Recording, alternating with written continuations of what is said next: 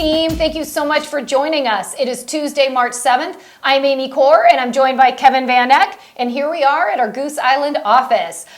So we are going to be talking a bit about pricing conversations today with your sellers. It's a good one, so make sure you grab your warm cup of coffee, and let's jump into the next episode of Coffee with Amy and Kevin. Let's do it. Good morning, Amy. Good morning, everyone. Yes, we're going to talk about pricing. So you know what's happening in your market. Whether your market is still escalating, I'm still hearing of multiple offers in specific markets and things flying off the shelves, whether things are flat or whether things are down. And especially what we're going to talk about, why pricing is important, is due to appreciation. We know our clients and our contacts, people in our database, they're hearing different things based on the headlines in their market and whether they're accurate or not. And when someone approaches you looking to sell and we're going to position their property, we're going to talk through the right steps to take to be able to do it effectively.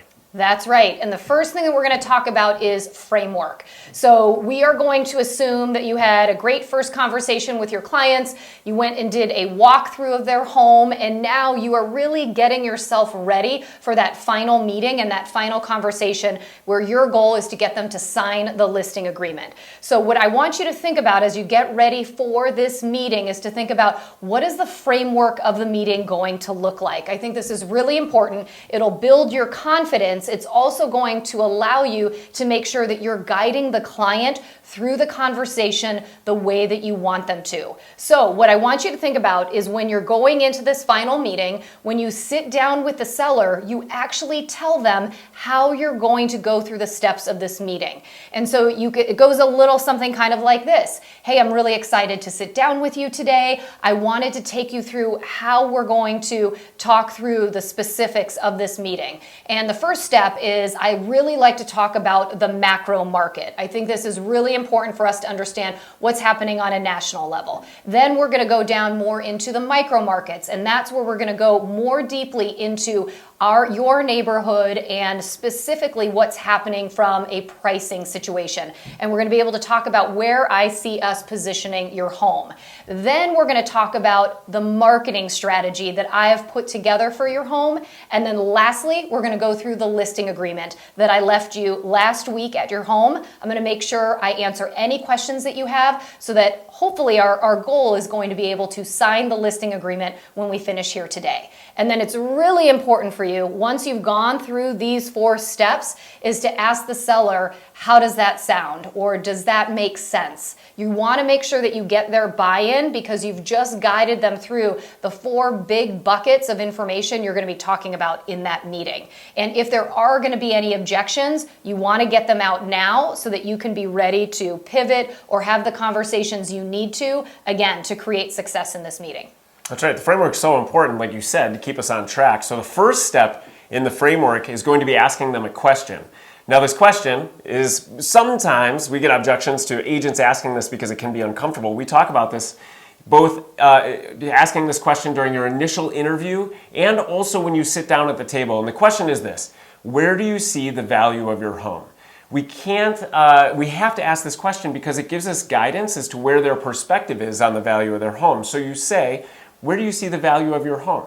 You say it first during the initial intake, when you're first talking with them, before the meeting, and you ask it then, and you don't respond, you don't get defensive, you don't try and school them then, and you're not going to try and school them when you ask them the question now. So it sounds like this. I know we talked about this before. I'd like to revisit as we talk about positioning your home. Where do you see the value of your home? And they're going to have one of 3 different answers. The first answer is going to be that they want to overprice. They feel like their home value is higher than what you know it to be based on what's happening in the market. The second potential answer is they could be dead on. They could be close or in the range of where you could see positioning the property successfully. And the third answer could be that they say something like, well, that's why we hired you. Or something like, I don't know, you tell me. So don't feed into that. There's a second follow-up question to that to dig a little deeper. And you can say, yes, we are going to talk through it. We're going to position your home together. But if you had do you have any idea, any range even, on where you think the value of your home might lie based on what you've seen out there? And that's going to draw out so you know how to approach the rest of the conversation.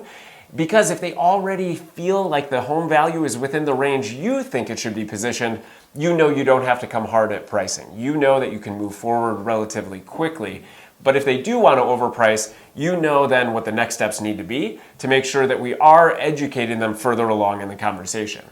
All right, so that second question that you need to be prepared to ask them is, so how did you arrive at that number? If they give you a price that you know is higher than where you truly can position it, this is a really important question to ask, because what you want to get from this is how they arrive from that number may be because the neighbor down the street sold for that type of a price, or that's what they're hearing based off of headlines, that there's double-digit appreciation. There might be all different perspectives of where they're getting their information as far as where they think they can price their home. So you need to be able to understand what the context is.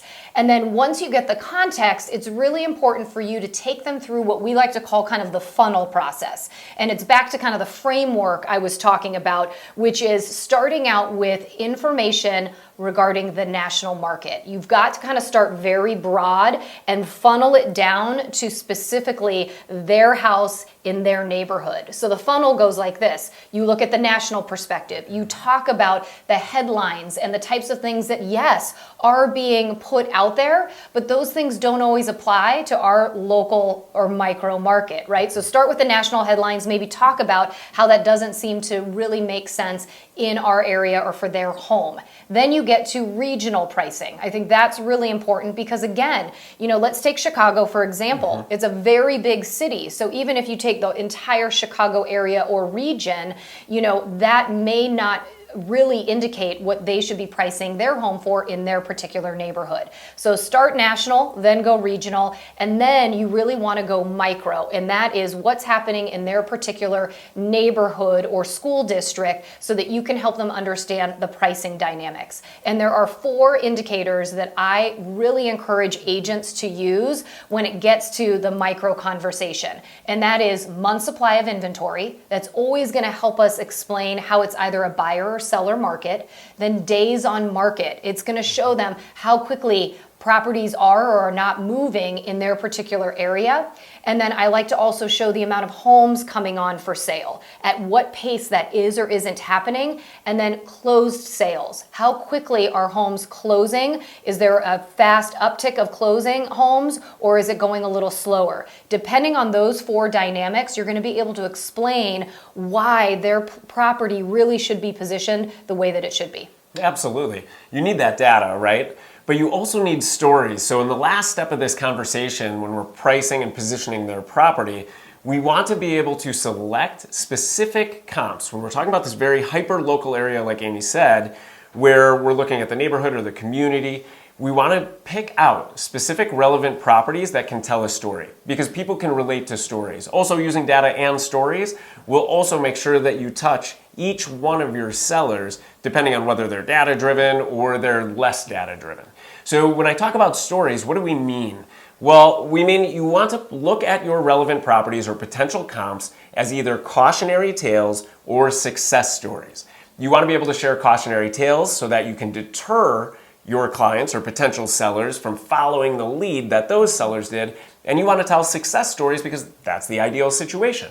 They want success, and if they can follow those sellers' leads, then it will work. So here are some examples. A cautionary tale might be something that a property overpriced, you can see based on days on market. You could see price reductions, and you can share the conversation that, look, they overpriced, they tested the market, but let's look at what happened.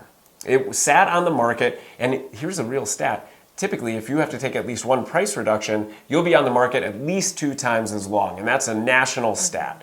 So you can share that cautionary tale and then dive into a success story where they priced at the market or slightly below. They sold in a relatively short amount of time relative to what else is happening in the market, and no price reductions, and move through to closing. Pull out those stories. Look at your comps in a different way so that you can tell stories about them and limit the number of comps or relevant properties you use.